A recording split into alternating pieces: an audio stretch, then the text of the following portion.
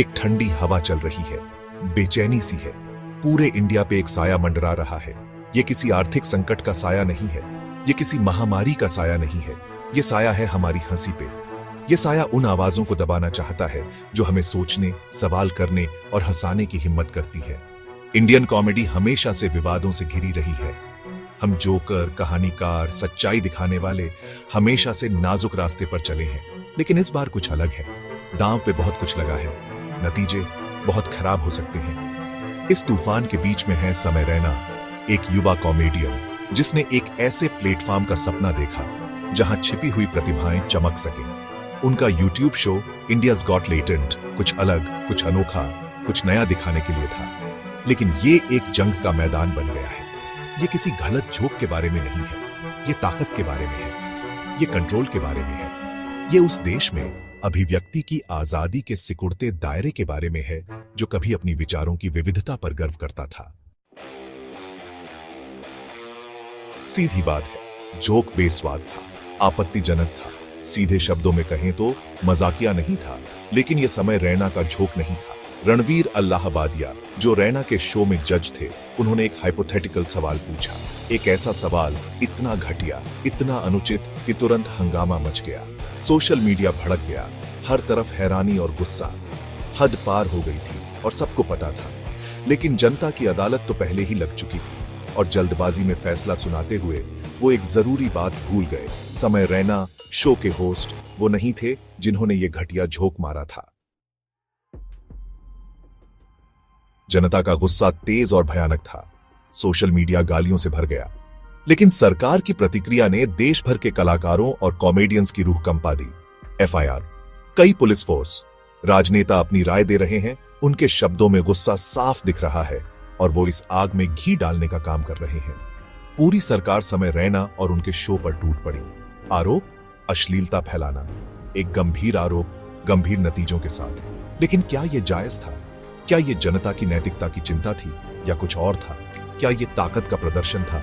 उन लोगों के लिए एक चेतावनी जो हदें पार करने की हिम्मत करते हैं, जो व्यवस्था पर सवाल उठाते हैं। प्रतिक्रिया की तेजी और गंभीरता चौंकाने वाली थी। यह जरूरत से ज्यादा लग रहा था, अति लग रहा था। यह ऐसा लग रहा था जैसे मक्खी मारने के लिए तोप का इस्तेमाल किया जा रहा हो, और इससे एक साफ संदेश गया, लाइन से बाहर निकलो और हम तुम्हें नहीं छोड़ेंगे।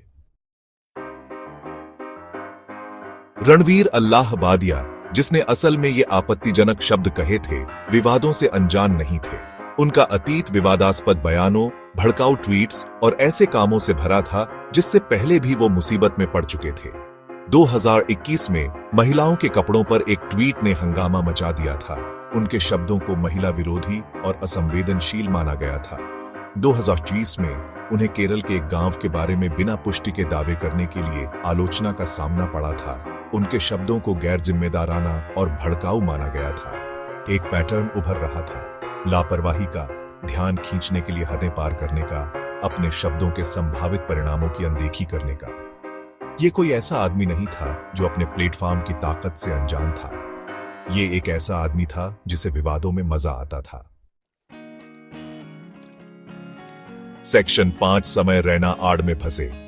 दूसरी तरफ समय रैना ने अपना करियर बुद्धि, समझदारी और अपने दर्शकों से जुड़ने की सच्ची इच्छा पर बनाया था।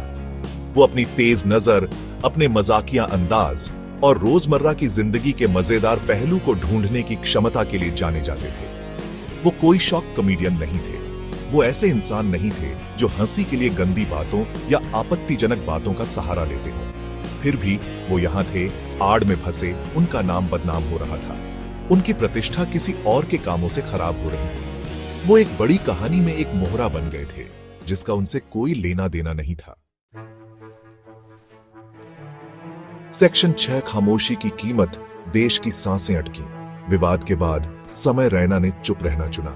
वो अपने देश में चल रहे तूफान से दूर अमेरिका में अपना स्टैंड अप टूर कर रहे थे। कुछ लोगों ने उनकी चुप्पी की आलोचना की, इसे उदासीनता या अपराध बोध माना। दूसरों ने बोलने से पहले स्थिति को समझने के उनके अधिकार का बचाव किया।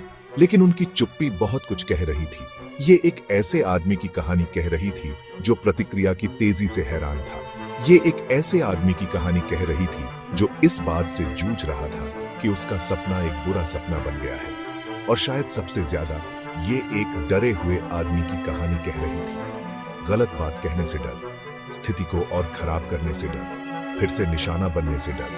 और उनकी चुप्पी में देश की सांसें अटकी हुई थी। इंतजार कर रहा था, देख रहा था, सोच रहा था कि कॉमेडी के भविष्य के लिए, भारत में अभिव्यक्ति की आजादी के भविष्य के लिए इसका क्या मतलब है।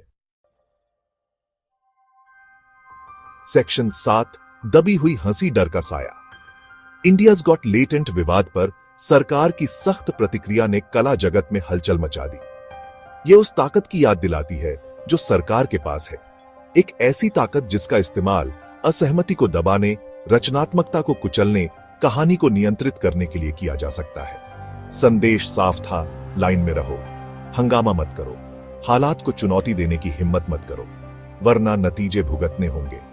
यह सिर्फ समय रैना के बारे में नहीं था, यह उस डर के बारे में था जो कलाकारों, लेखकों, कॉमेडियंस और हर उस व्यक्ति पर पड़ सकता है जो खुद को आजादी से व्यक्त करने की हिम्मत करता है। जब डर तय करता है कि क्या कहा जा सकता है और क्या नहीं, जब हर शब्द पर कानूनी कार्रवाई का खतरा मंडराता है, तो रचनात्मकता दम तोड़ देती है, नयापन दब जाता है और पूरा समाज थोड़ा कम जीवंत, थोड़ा कम दिलचस्प, थोड़ा कम आजाद हो जाता है। सेक्शन 8, हम रेखा कहां खींचें? हमारे समय का एक सवाल।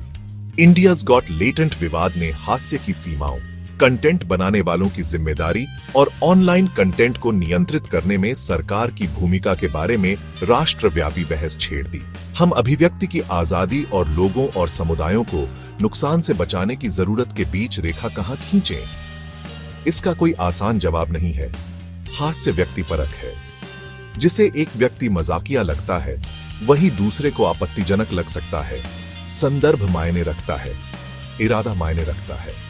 लेकिन सोशल मीडिया के जमाने में, जहां चुटकुले पलक झपकते ही वायरल हो सकते हैं, जहां गुस्सा 1000 गुना बांट सकता है, दांव पहले से कहीं ज्यादा ऊंचे हैं। कंटेंट बनाने वालों की जिम्मेदारी है कि वो अपने शब्दों के प्रति सचेत रहे, अपने चुटकुलों के संभावित प्रभाव पर विचार करें, लेकिन उन्हें सीमाओं को आगे बढ़ाने, मानदंडों को चुनौती देने, हमें असहज तरीकों से सोचने और महसूस करने का भी अधिकार है। यही कला की ताकत है, यही कॉमेडी का सार है।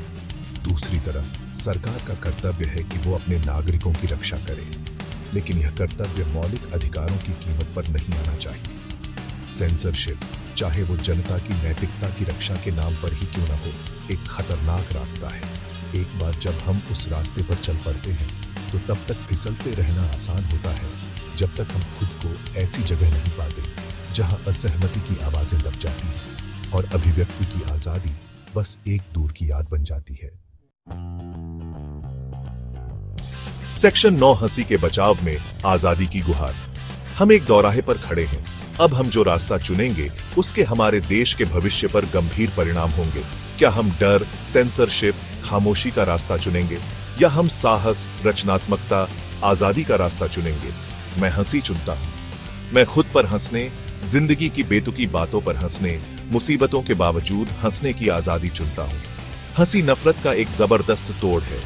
ये एक पुल है जो हमें हमारे मतभेदों के बावजूद जोड़ता है। ये एक याद दिलाता है कि सबसे बुरे वक्त में भी अभी भी उम्मीद है। इसलिए मैं आपसे आग्रह करता हूं, समय रैना के साथ खड़े हो।